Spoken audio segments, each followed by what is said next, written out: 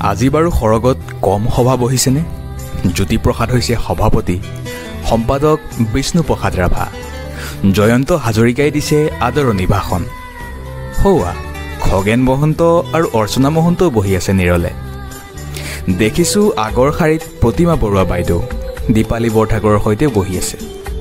যদিও সভা সংগীতৰ নীলপৱনো আছে দীপালী বাইদেউৰ সৈতে। ভিতালী বা আজি ভীষণ ব্যস্ত। জোনবাইৰ দেশলৈ জুবিন আহিছে। সৰগ সজোৱাৰ দায়িত্ব আজি ভিতালীৰ। অৱশ্যে সহায় কৰিবলৈ লগত গায়ত্ৰীও আছে। ভণ্টি জংকীৰ চকু আজি চলচলীয়া। এই দিনটোৰ বাবেই যেন ৰৈ আছিল তাই। দাদা আহিব, হেঁপাহ পলুৱাই মনৰ কথা পাতিম।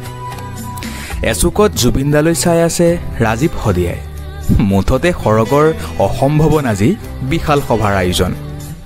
এয়া মঞ্চত ভূপেন মামাই জুবিনক আলিংগন কৰিছে। জ্যোতি বিষ্ণুক হেঁপাহ পলুৱাই কৈছে জুবিনদাৰ কথা। জুবিন কোন, জুবিন কিয় আৰু জুবিন কি? জ্যোতি বিষ্ণুৱে মৌন হৈ শুনিছে জুবিনৰ কথা। সভাৰ মাজতে জ্যোতি ককাইদেউ থিয় হৈ উঠিল। কি হ'ল জ্যোতিপ্ৰসাদৰ কোনেও ধৰিব পৰা নাই। কলাগুৰুৰ ফালে আকুল দৃষ্টিৰে চাই ক'লে কিবা এটা।